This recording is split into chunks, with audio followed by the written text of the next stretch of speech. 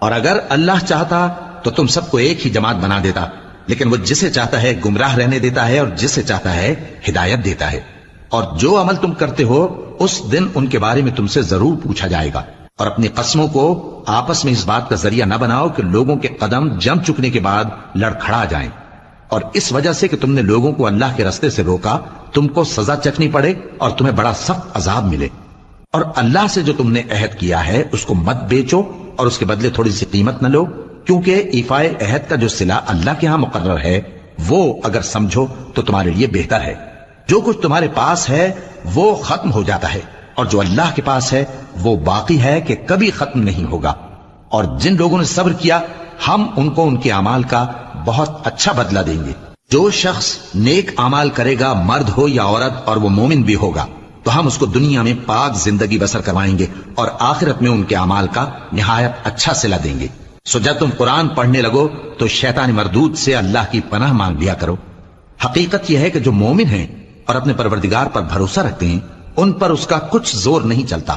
اس کا زور انہی لوگوں پر چلتا ہے جو اس کو رفیق بناتے ہیں اور اس کے وسوسے کے سبب اللہ کے ساتھ شریک مقرر کرتے ہیں۔ اور جب ہم کوئی آیت کسی آیت کی جگہ بدل دیتے ہیں اور اللہ جو کچھ نازل فرماتا ہے اسے خوب جانتا ہے تو کافر کہتے ہیں کہ تم تو اپنی طرف سے بنا لاتے ہو۔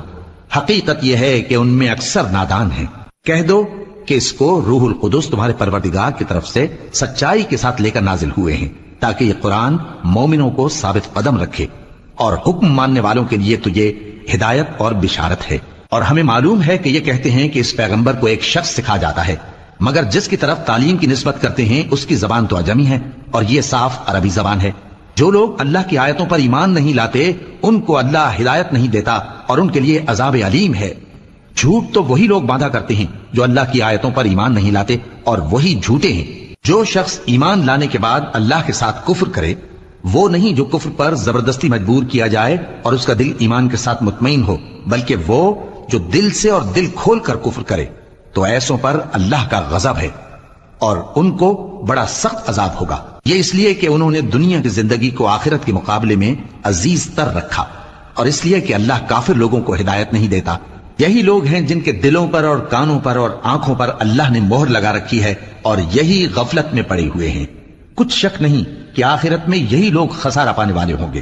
پھر جن لوگوں نے ایذائیں اٹھانے کے بعد ترک وطن کیا، پھر جہاد کیا اور ثابت قدم رہے، تمہارا پروردگار ان کو بے شک ان آزمائشوں کے بعد بخشنے والا ہے، رحمت کرنے والا ہے۔ جس دن ہر شخص اپنی طرف سے جھگڑا کرنے آئے گا اور ہر شخص کو اس کے اعمال کا پورا پورا بدلہ دیا جائے گا اور کسی کا نقصان نہیں کیا جائے گا۔